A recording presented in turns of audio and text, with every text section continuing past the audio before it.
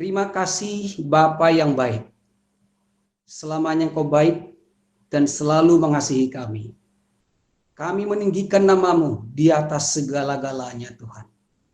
Kami bersyukur untuk kasih setia Tuhan bagi kami keluarga besar House of Grace.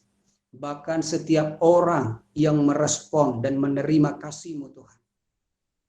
Terus mengalami sukacita dan sejahtera, pertolongan Tuhan yang luar biasa. Sehingga hidup kami memuliakan Tuhan dan kami menjadi berkat. Terpujilah nama-Mu, kami siap kembali untuk diberkati lewat kebenaran firman-Mu Tuhan. Engkaulah yang memberkati setiap kami, pribadi lepas pribadi. Di dalam nama Tuhan Yesus kami berdoa.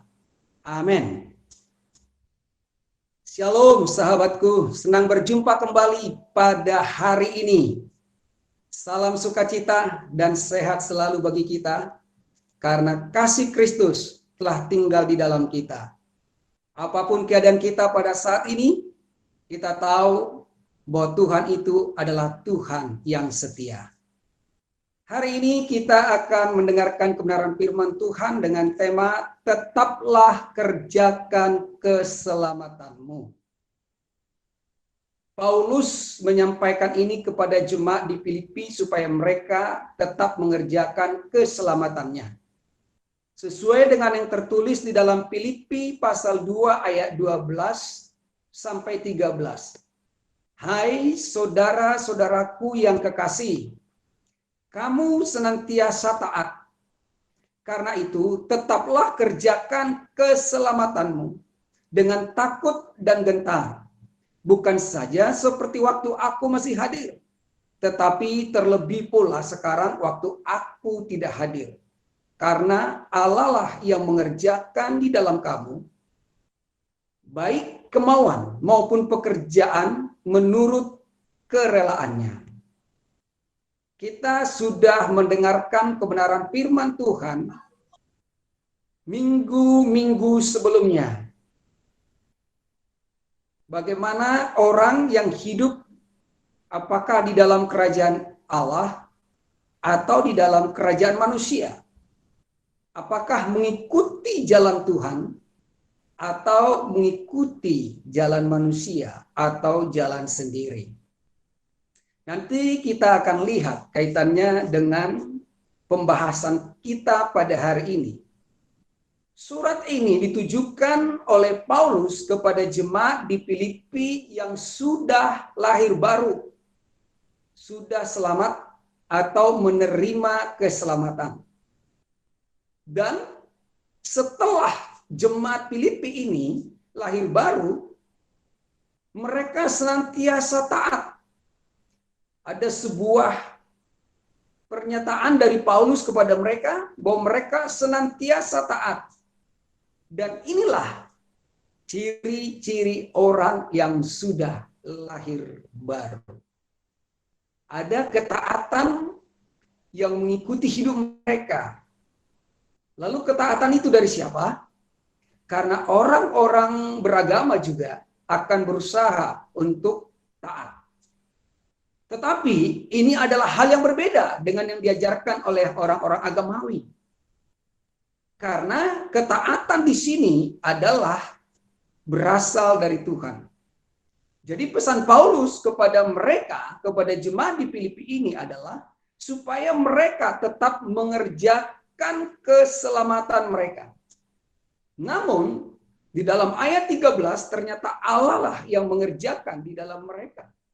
Kemauan, ketaatan, kesetiaan, ketekunan, dan pekerjaan untuk mengerjakan keselamatan itu. Yang pertama, keselamatan adalah rencana Tuhan sejak dari awal. Jadi keselamatan adalah kehendak Tuhan bagi manusia, dan Tuhan menghendaki supaya manusia menerima keselamatan. Dari Adam, Tuhan menghendaki keselamatan itu menjadi milik manusia karena percaya pada Tuhan. Namun, bagaimana cara manusia menerima keselamatan? Karena manusia sudah berdosa mulai dari Adam. dalam Roma 5 ayat 19a, jadi sama seperti oleh ketidaktaatan satu orang, semua orang telah berdosa. Ketidaktaatan Adam telah membuat semua orang telah berdosa. Jemaat di Filipi taat, tapi Adam tidak taat. Jadi kebalikannya, ya. Padahal nanti ada kesamaan mereka ini, bahwa jemaat di Filipi ini adalah orang-orang sudah lahir baru, buatan Allah diciptakan dalam Kristus Yesus. Dan Adam diciptakan menurut gambar dan rupa Allah sendiri. Tapi Adam tidak taat. Dan ketidaktaatan Adam inilah yang membuat manusia semua berdosa. Adam yang diciptakan menurut rupa gambar Allah, tetapi ketika Adam memperanakan Set itu diperanakan menurut rupa dan gambar Adam sendiri yang telah hilang kemuliaan Allah. Itulah sebabnya semua manusia telah berbuat dosa dan hilang kemuliaan Allah.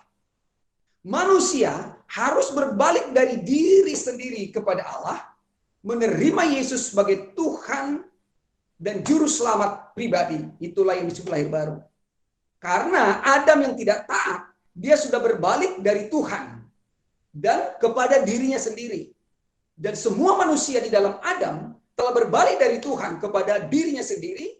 Dan untuk menerima keselamatan yang direncanakan Tuhan, kita manusia harus berbalik dari diri kita kepada Tuhan.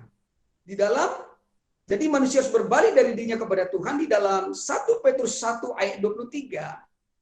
Karena kamu telah dilahirkan kembali bukan dari benih yang panah, tetapi dari benih yang tidak panah, oleh firman Allah yang hidup dan yang kekal. Di dalam Adam, semua manusia lahir dari benih yang panah. Semua manusia lahir dari benih yang panah. Tidak lagi memiliki hidup yang kekal. Tapi di dalam Kristus, semua orang percaya yang telah dilahirkan kembali dari benih yang tidak panah. Jadi dalam Kristus semua orang percaya dilahirkan kembali dari benih yang tidak panah, yaitu firman Allah yang hidup dan yang kekal.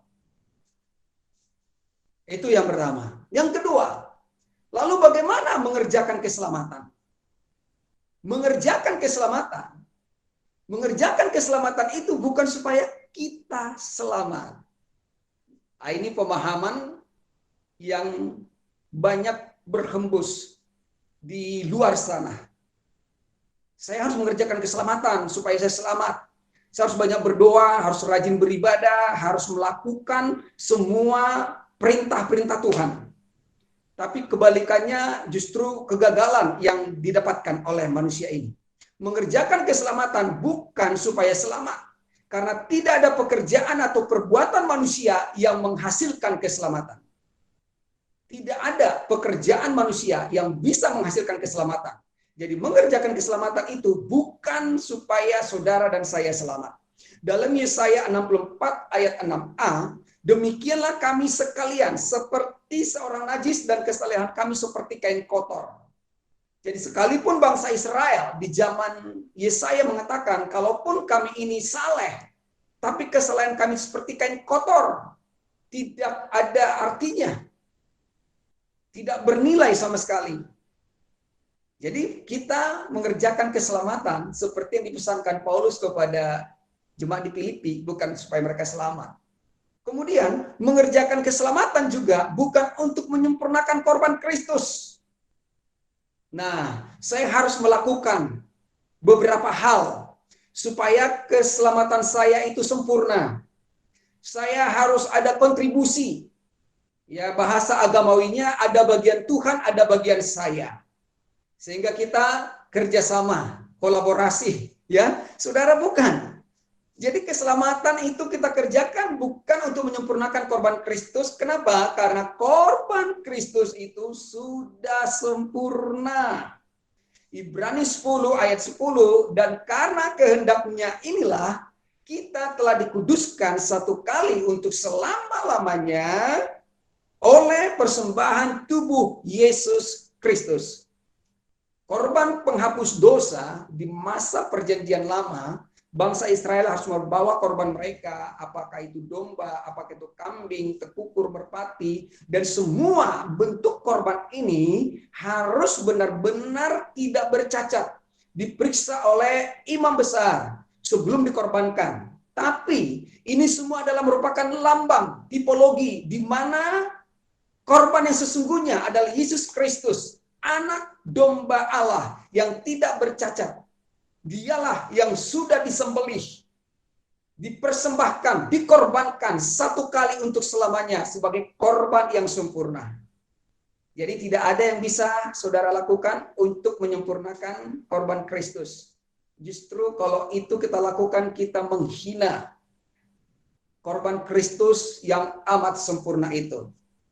Berikutnya, bahwa mengerjakan keselamatan bukan supaya keselamatan kita tidak hilang. Nah, ini juga yang menjadi sering perbedaan pendapat ya. Karena keselamatannya bisa hilang kalau tidak dikerjakan. Jadi harus mengerjakan keselamatan. Walaupun dia tidak tahu juga bagaimana mengerjakan keselamatan ini supaya tidak hilang. Mengerjakan keselamatan itu bukan supaya keselamatan kita tidak hilang. Kenapa? Karena keselamatan kita dijamin oleh Yesus, dijamin oleh Bapa. Jadi bukan kita yang menjamin, bukan kita yang menggaransi, bukan pendeta, tetapi Yesus, Bapa. Dan juga bukan kita yang pegang keselamatan itu, bukan kita yang menjaga keselamatan itu, tapi Yesus pemilik keselamatan itu. Bapa yang menganugerahkan keselamatan lewat putranya, dia yang menjaga, dia yang memegang keselamatan kita. Sehingga keselamatan itu dijamin kekal selamanya. Di dalam Yohanes 10 ayat 28 dan 29. Dan aku memberikan hidup yang kekal kepada mereka, dan mereka pasti tidak akan binasa sampai selama-lamanya. Dan seorang pun tidak akan merebut mereka dari tanganku. Nah, ini pernyataan Yesus. Jadi Yesus yang memberikan hidup yang kekal kepada saudara dan kepada saya. Itu bukan usaha kita, itu bukan pekerjaan kita, tapi itu anugerah, kasih karunia diberikan. Saudaranya terima dengan iman. Ketika saudara terima hidup yang kekal yang diberikan oleh Yesus, Yesus menjamin dengan satu kepastian bahwa kita tidak akan binasa sampai selama-lamanya. Jadi hidup kekal itu tidak ada kadaluarsa, tidak ada masa berlakunya, tapi itu adalah berlaku sampai selama-lamanya. Dan untuk menegaskan bahwa hidup yang kekal yang diberikan Yesus ini adalah selama-lamanya bagi setiap orang yang lahir baru, Yesus mengatakan, tidak seorang pun yang dapat merebut mereka dari tanganku. Jadi setiap orang yang telah lahir baru, kita telah dipegang oleh Yesus. Saudara bisa melepaskan Yesus, tapi Yesus tidak pernah melepaskan saudara. Kapankah saudara melepaskan Yesus? Ketika saudara banyak masalah. Ketika saudara anak-anak muda sedang galau, ya, sedang resah hatinya. Ketika situasi yang sulit, melewati lembah kekelaman. Terkadang kita sebagai orang percaya bisa melepaskan Yesus, tapi Yesus tidak pernah melepaskan kita. Itu yang luar biasa. Kemudian dikatakan bahwa Bapakku yang memberikan mereka kepadaku dalam ayat 9. Jadi Bapa sendiri yang memberikan saudara dan saya kepada Yesus ada lebih besar dari apapun juga. Dari ketidaktaatan kita, dari ketidaksetiaan kita itu lebih besar. Dan tidak seorang pun yang bisa merebut mereka dari tangan Bapa. Coba nih, tangan kita kiri dan kanan dipegang oleh Bapa, dipegang oleh Yesus. Saudara mau meronta, saudara mau melepaskan, tapi Bapa Yesus tetap dan selalu dengan kasih setianya tetap memegang kita. Sekalipun kita jatuh tidak tergeletak. Sebab tangan Tuhan akan terus mengangkat dan menopang saudara. Bukankah Petrus menyangkal Yesus? Tapi Yesus mengatakan, sekalipun engkau menyangkal aku, tapi aku tidak menyangkal engkau. Sekalipun engkau tidak setia, namun aku tetap setia kepadamu. Nah ini saudara. Sehingga keselamatan itu benar-benar dijamin oleh Yesus dan oleh Bapa. Lalu apakah yang dimaksud dengan mengerjakan keselamatan? Toh kita udah selamat, ya sudah. Apalagi, kan sudah dipegang Bapa, dipegang oleh Yesus. Ya hiduplah menuruti keinginan saya. Hiduplah menurut jalan saya. Hiduplah menurut kehendak saya. Justru itu bertentangan dengan kehidupan saudara sebagai orang sudah lahir baru. Kita akan melihat berikutnya. Apakah yang dimaksud dengan mengerjakan keselamatan? Mengerjakan keselamatan itu sama dengan melakukan pekerjaan baik. Melakukan pekerjaan baik. Dan melakukan pekerjaan baik itu kita simpulkan satu, ya. Jadi mengerjakan keselamatan artinya melakukan pekerjaan baik. Pekerjaan baik yang bagaimana? Sebab banyak pekerjaan yang baik yang dilakukan oleh orang-orang di luar sana, baik di dunia sekuler maupun di dunia rohani, saudara. Melakukan pekerjaan baik kita lihat dulu dari Efesus 2 ayat 10. Karena kita ini buatan Allah, diciptakan dalam Kristus Yesus untuk melakukan pekerjaan baik yang dipersiapkan Allah sebelumnya. Ia mau supaya kita hidup di dalamnya. Ini berlaku bagi saudara yang telah percaya, yang sudah lahir baru, yang sudah menerima Yesus Kristus sebagai Tuhan dan Juru Selamat pribadinya. Maka saudara disebut adalah buatan Allah. Kita diciptakan dalam Kristus Yesus. Karena keselamatan itu hanya melalui karya Kristus di kayu salib. Dan kita buatan Allah yang diciptakan di dalam Kristus Yesus. Tujuannya adalah untuk melakukan pekerjaan baik yang dipersiapkan Allah sebelumnya. Dan seterusnya, Tuhan sendiri mau supaya kita hidup di dalamnya. Jadi itu saja dulu ya. Jadi apakah yang dimaksud pekerjaan keselamatan? Mengerjakan keselamatan itu melakukan pekerjaan baik.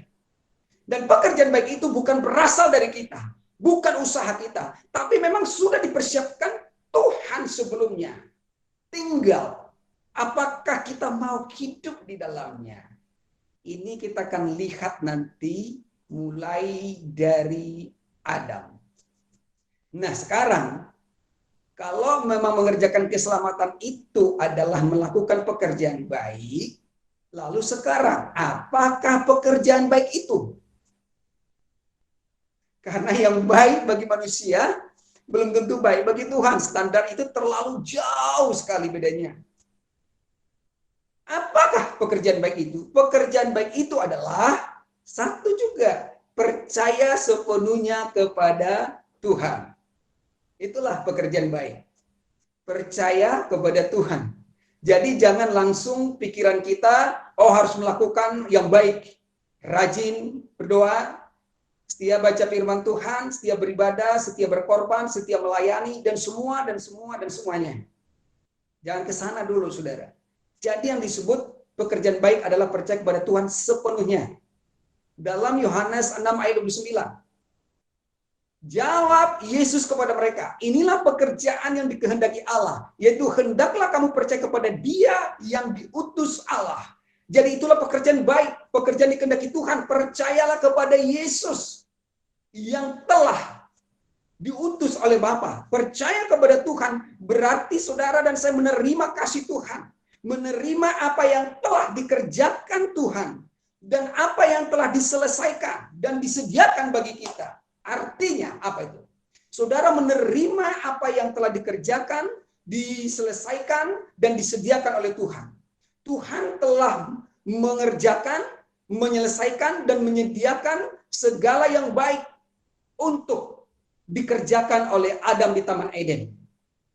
Hal yang sama juga, Kristus lewat karyanya di kayu salib telah mengerjakan, telah menyelesaikan, dan menyediakan pekerjaan baik yang saudara dan saya lakukan. Apa itu pekerjaan baik tadi? Percaya kepada Tuhan. Percaya kepada Tuhan berarti saudara hidup di dalam kerajaan Allah. Nah, sejak dari awal hanya satu kerajaan, kerajaan Allah. Sudah dengar khotbah bagaimana bangsa Israel menuntut untuk mereka punya raja. Saul bukanlah kehendak Tuhan menjadi raja bagi bangsa Israel. Sehingga banyak raja-raja. Raja Sisingamangaraja. Mohon maaf, orang Batak juga semua keturunan raja-raja. Ini gara-gara mulai dari bangsa Israel yang sudah berdosa mulai dari Adam, saudara ya. Nah, kita hidup dalam kerajaan Allah. Itu yang disebut percaya pada Tuhan. Hidup dalam kerajaan Tuhan. Rajanya Tuhan. Yang memimpin Tuhan. Yang berdaulat Tuhan. Yang berkuasa Tuhan. Yang memerintah Tuhan. Dan hidup percaya itu adalah berarti kita mengikuti jalan Tuhan. Bukan mengikuti jalan manusia. Bukan mengikuti jalan sendiri. Dan yang disebut percaya itu berarti kita mengikuti kehendak Tuhan. Bukan kehendakku. Melainkan kehendak Tuhan. Itulah yang disebut percaya kepada Tuhan. Itulah pekerjaan baik.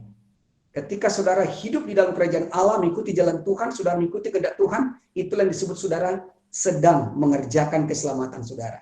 Sedang taat kepada Tuhan dan menghidupi keselamatan yang Tuhan berikan bagi kita.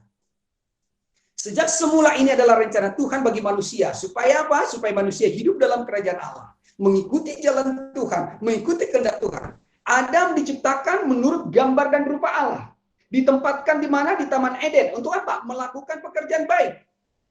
Melakukan pekerjaan baik itu seperti apa? Ya Adam mau hidup dalam kerajaan Tuhan. Tuhan yang menjadi rajanya. Tuhan yang harus dipercayai. Tuhan yang harus ditaati dan diikutin. Dan dia mengikuti jalan Tuhan. Dan dia juga mengikuti kehendak Tuhan. Namun faktanya, Adam tidak taat kepada Tuhan.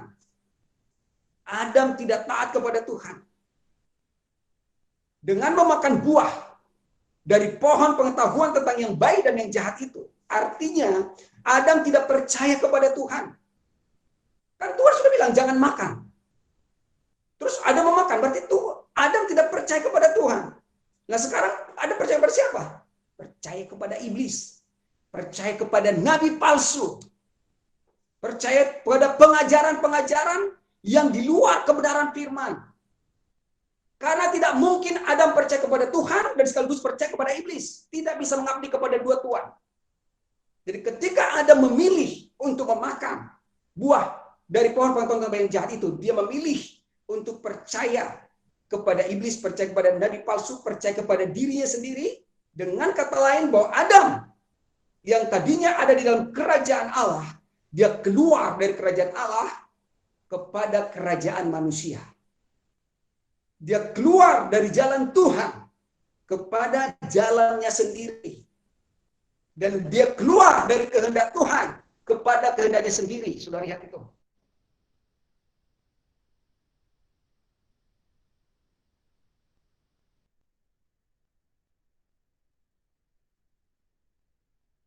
Jadi inilah orang yang tidak mengerjakan keselamatan. Bukan berarti Adam hilang keselamatannya.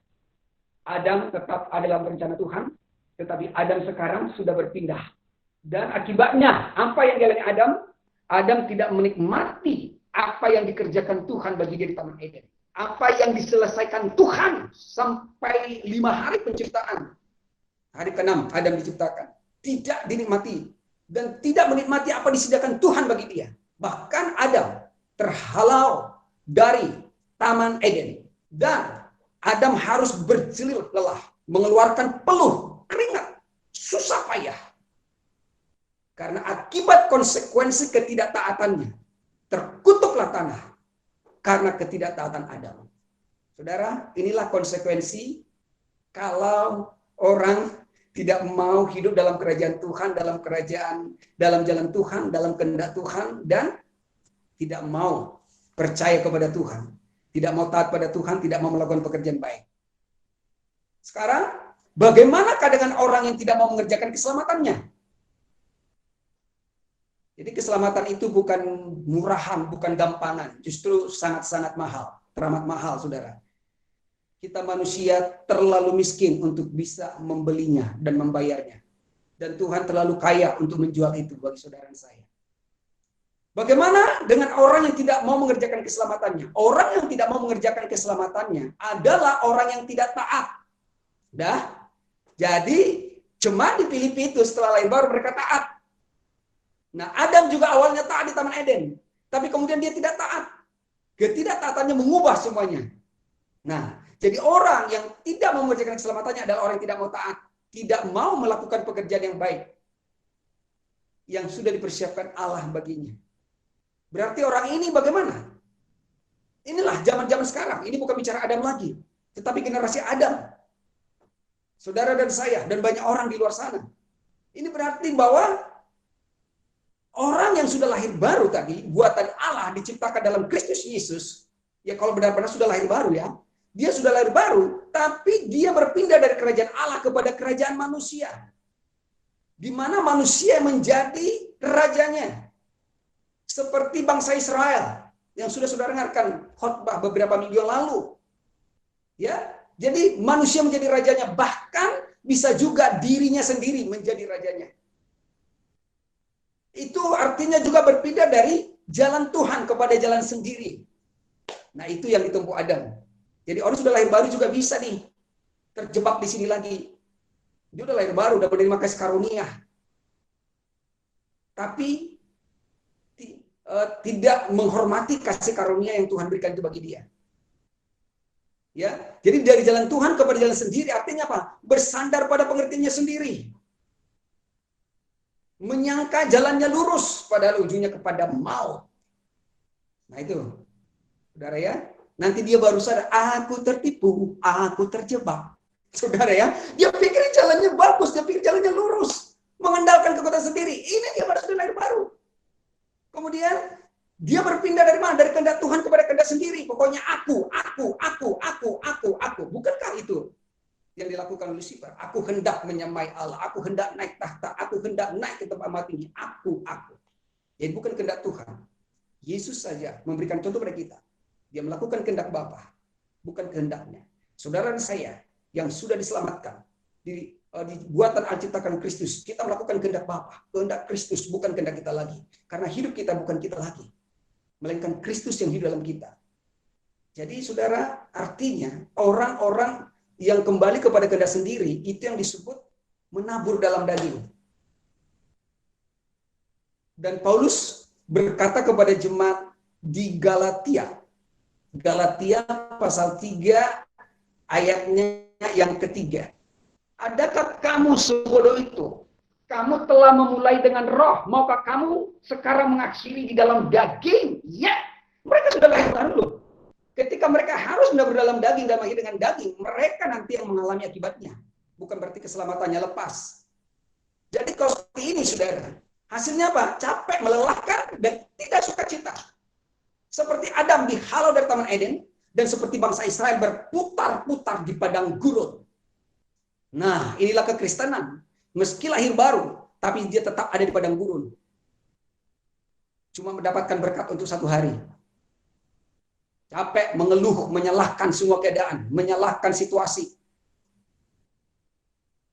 Semua, saudara, ini dia terhalau, tidak ada menikmati di tanah perjanjian. Inilah orang yang tidak mengerjakan keselamatan. Jadi saudara, perlukah saudara yang mengerjakan keselamatan? Mungkinkah saudara yang sudah mengenal anugerah Tuhan mempermainkan keselamatan? Saya pikir tidak. Semakin saudara mengenal bahwa Tuhan itu kasih, semakin saudara menghormati karya Kristus dalam hidup saudara. Semakin saudara menundukkan diri di bawah kaki Tuhan. Semakin saudara submit kepada Tuhan.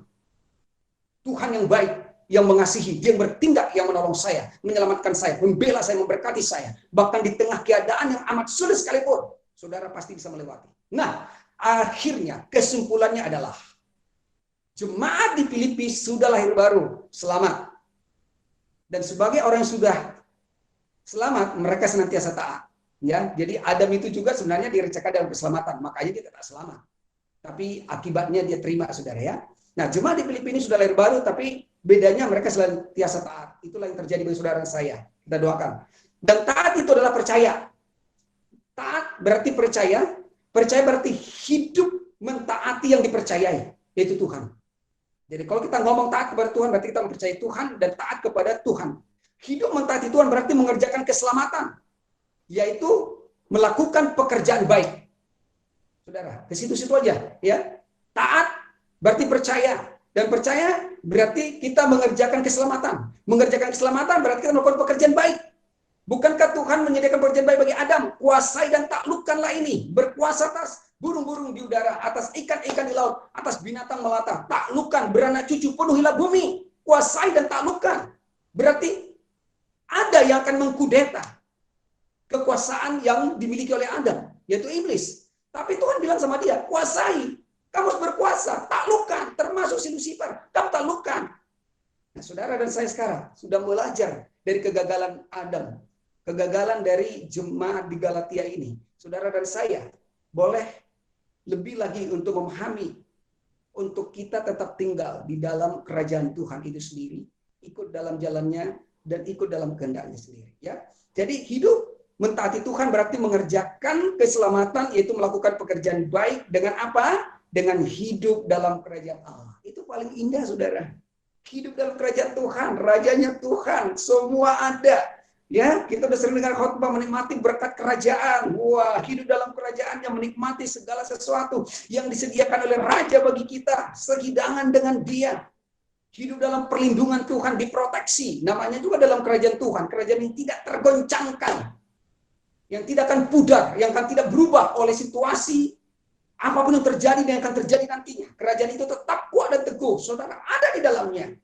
Dan tidak ada yang bisa mengusik saudara di dalam kerajaan Tuhan itu. Kemudian melakukan pekerjaan baik itu, saudaraku, ayo ikutlah jalan Tuhan. Jangan melawan jalan Tuhan. Yang ada capek, ikutlah yang kuberikan karena bebanku ringan. Ikut aja Tuhan. Ikut di kau saja Tuhan. Itu yang terbaik, saudara. Walau kadang kita tidak mengerti, tapi ikut saja. Nurut saja, saudara. Buka hati untuk dia. Ikut jalan Tuhan. Jangan pakai jalan sendiri.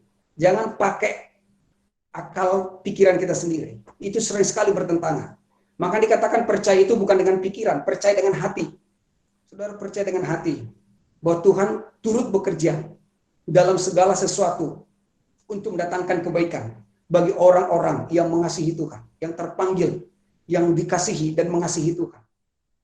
Karena kenyataannya sering sekali atau kadang terjadi hal-hal yang tidak baik yang terjadi dalam hidup kita. Tetapi karena kita terus mengikuti jalan Tuhan, yang tidak baik yang sedang saudara hadapi, atau mungkin sedang saudara alami, Tuhan akan balikkan itu menjadi baik. Itu maksudnya kalau kita mengikuti jalan Tuhan. Tapi ketika saudara mencari solusi sendiri, semakin jauh kita. Seperti Adam, jauh terhalau. Seperti bangsa Israel, berputar-putar terus. Seperti anak bungsu, saudara. Dia terhempas, kekeringan, kelaparan. Karena dia keluar dari bapaknya. Seperti Simpson, dia tidak mau hidup dalam kerajaan Allah, dia tidak mau mengikuti jalan Tuhan, tidak mau kehendak Tuhan, mengikuti kehendaknya, mengikuti nafsunya. Dia dipermalukan, menjadi tontonan. Sudah banyak pelajaran bagi saudara dan saya. Jadi ini bukan cheap grace, ini bukan kasih karunia murahan. Sudah selamat, oke hidup semua gua, no, itu salah. Benar-benar salah pengertian itu, saudara. Tapi ketika saudara benar-benar mengalami kasih karunia Tuhan, saudara mengerjakan keselamatan itu bukan capek, bukan jerih lelah, saudara. Hidup dalam kerajaan Tuhan, saudara ikuti jalan Tuhan, saudara ikuti kehendak Tuhan. So simpel, saudara ya. Inilah pekerjaan baik yang dipersiapkan Tuhan bagi Adam, yang diciptakan menurut rupa dan gambar Allah. Jadi itu, dari awal itu yang disediakan Tuhan. Jadi bukan manusia yang mencari, mengusahakan itu. Tuhan sudah sediakan itu bagi Adam. Dan juga Tuhan sediakan bagi saudara dan saya. Dan ini juga yang dipersiapkan Tuhan bagi orang-orang yang sudah lahir baru. Halo, yang sudah lahir baru ya, garis bawahi. Yaitu buatan Allah, diciptakan dalam Kristus Yesus. Jadi walaupun saudara menyimpang seperti Adam, tidak taat, saudara tetap dibela, dipelihara Tuhan. Tapi konsekuensi perbuatan kita akan alami. Seperti yang dialami Adam dan saya sebutkan beberapa orang tadi. Oleh karena itu, orang yang tidak mengerjakan keselamatannya berada di padang gurun. Emang enak di padang gurun, saudara? Iya kan? Makan cukup untuk sehari, haus lagi, harus bersungut-sungut, harus berjerit-jerit, harus minta bersuruh-suruh kepada Musa, gitu ya. Orang yang tidak mengerjakan keselamatannya berada di padang gurun dan tidak menikmati kerajaan Allah. Jalannya berliku-liku. Hidupnya tidak memuliakan Tuhan. Tidak memuliakan Tuhan, saudara. Dan justru menjadi batu sandungan bagi orang lain. Nah ini, camkan itu sobat. Orang yang tidak mengerjakan keselamatannya, beginilah orangnya, rugi sendiri. Tuhan tidak permuliakan lewat hidupnya, nah katanya, nah Tuhan sudah lahir baru melayani. Akan banyak itu, statement itu di luar sana. Saudara nggak menikmati, Tuhan tidak permuliakan, dan hidup jadi batu sandungan. Tapi saya percaya, saudara semua dimanapun yang mendengarkan message ini, saudara adalah orang di kelompok ini, orang yang mengerjakan keselamatannya. Amin. Orang mengerjakan keselamatannya berada di mana? Berada di tanah perjanjian. Wow. Menikmati berkat-berkat Tuhan, berlimpah susu, madu, dan anggur di sana. Saudara yang mengikuti jalan Tuhan, karena hidup kerajaan Tuhan, mengikuti jalan Tuhan, mengikuti kehendak Tuhan, kita berada di tanah perjanjian. Menikmati kerajaan Allah. Menikmati semua yang baik yang disediakan Tuhan tadi. Memerintah, berkuasa. Dan hidup kita memuliakan Tuhan. Dan ketika kita hidup dalam terang, di dalam pekerjaan baik ini, mengerjakan keselamatan kita, maka orang-orang dunia akan melihat pekerjaan-pekerjaan baik yang kita lakukan. Sehingga dengan demikian, Bapa kita akan dipermuliakan lewat pekerjaan-pekerjaan baik yang saudara lakukan tadi. Jadi orang mengerjakan keselamatannya berada di tanah perjanjian, menikmati kerajaan Allah, hidupnya memuliakan Tuhan, dan menjadi berkat bagi orang lain. Bu Maria, Pastor Hongki sering bilang ya, kita menjadi berkat, sumber berkat, menjadi berkat bagi orang lain. Dari mana berkatnya? Dari kerajaan Tuhan, dari jalan Tuhan, dari kehendak Tuhan. Karena saudara mau hidup dalam pekerjaan baik tadi, mengerjakan keselamatan. Akhirnya saudara, tetaplah kerjakan keselamatan saudara. Karena itulah yang terbaik bagi saudara.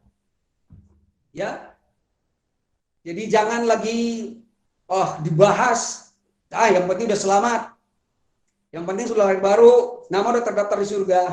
Bapak sudah pegang saya, Yesus sudah pegang saya. Ya terserah dong, saya mau lakukan ABC, itu kan terserah saya. Toh kasih setia Tuhan tidak pernah berubah dari saya. Toh Tuhan tidak pernah meninggalkan saya. Iya, tapi saudara sudah jelas mengetahui konsekuensi perbuatan itu. Lihat, mulai dari Adam tadi.